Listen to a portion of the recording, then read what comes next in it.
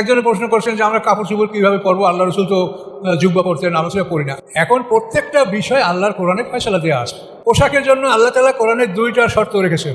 ইয়া আইয়ুহাল্লাযীনা আমানু কদ আনজালনা আলাইকুম লিবাসান ইউওয়ারি সাওয়াতিকুম ওয়া রিশা। সূরা আরাফে আল্লাহ বলেছেন, হে আদম সন্তান, তোমাদের জন্য আমি পোশাক উদ্ঘাটন করেছি। এই পোশাকটা কি হবে?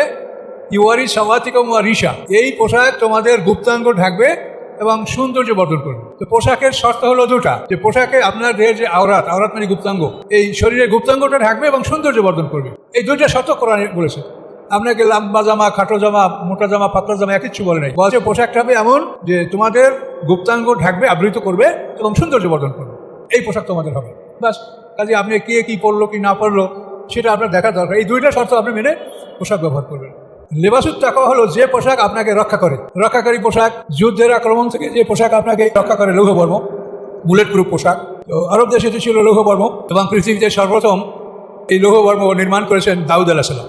আপনার যে সৌন্দর্যের পোশাক, এটা হাঁটু এবং পায়ের গিরা এর মাঝ বরাবর পরা সুন্নাত মুস্তাহাব। কিন্তু যেটা লেবাসুত তাকওয়া রক্ষাকারী পোশাক, যে আপনি একেবারে পায়ের নিচ পর্যন্ত, এটা সাবেকাত কথা কোরআনে বলা আছে, যাতে আপনার পায়ের উপরেও তীর তলোয়ারের আঘাত না লাগতে পারে। এভাবে লম্বা লম্বা লৌহবর্ম আপনাকে পরিধান করতে বলা হয়েছে।